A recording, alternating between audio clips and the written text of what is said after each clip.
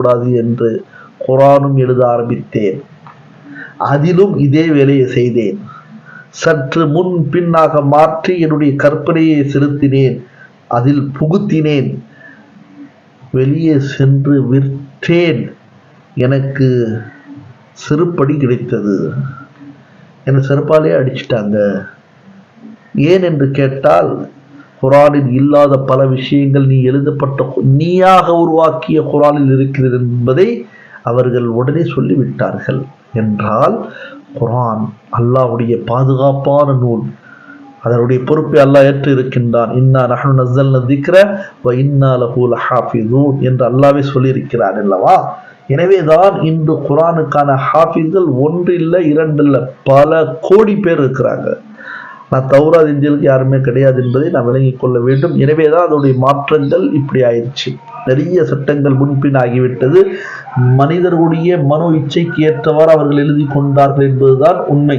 ஆனால் அது குர்ஆன்ல நடக்காது. இன்ஷா அல்லாஹ் கியாமத் வரைக்கும் அல்லாஹ் பாதுகாப்பார். அதுக்கு பிறகு குர்ஆன் உயர்த்தப்பட்டு விடும் என்று ஹதீஸுகள் இருக்கின்றன.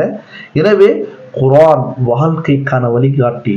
குர்ஆனை பார்ப்பது இபாதத்தாக இருக்கிறது, குர்ஆனை ஓதுவது இபாதத்தாக இருக்கிறது. அலிஃப் லாம் மீம் ஒரு ரிவாயத்தின்படி 30 நன்மைகள், இன்னொரு ரிவாயத்தின்படி 90 நன்மைகள். நூன் ஒரு ரிவாயத்தின்படி 10 நன்மைகள், இன்னொரு ரிவாயத்தின்படி 30 நன்மைகள். அலீஃப்னு எழுதுனா 3 எழுத்து வரும், லாம்னு எழுதுனா 3 எழுத்து வரும், மீம்னு எழுதுனா 3 எழுத்து வரும். மீம் ஏ மீம், லாம் அலீஃப் மீம் லாம், அலீஃப் லாம் ஃபா அலீஃப் அப்படி வரும். இந்த அடிப்படையில் கணக்கு போட்டால் 90.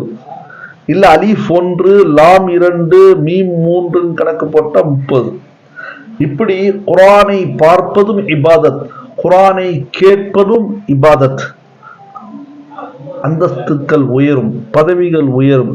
குர்ஆனை ஓதுவதும் இபாதத், குர்ஆனை கற்றுக் கொடுப்பதும் இபாதத், குர்ஆனை மரணம் செய்வதும் இபாதத், குர்ஆனை விளங்கி தர்ஜுமா தப்சீர் செய்வதும் இபாதத், குர்ஆனை எத்தி வைப்பதும் மற்றவர்கள் வரை அதை கொண்டு சேர்ப்பதும் இபாதத்தாக இருக்கிறது. எனவே குர்ஆன் முழுக்க இபாதத்தாக இருக்கிறது.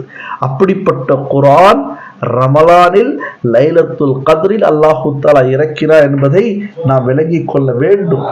அது மட்டுமல்ல, கடைசியாக ஒரு சம்பவத்தை சொல்லி நான் முடிக்கின்றேன்.